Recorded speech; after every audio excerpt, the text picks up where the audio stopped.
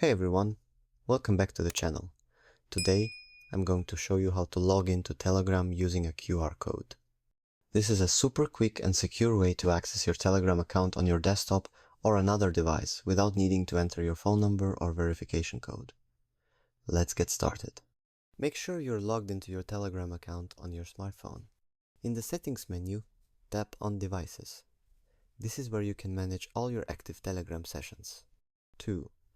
On your desktop, go to web.telegram.org or open the Telegram desktop app. You'll see a QR code on the screen. Tap on Link Desktop Device. Your phone's camera will open, ready to scan the QR code.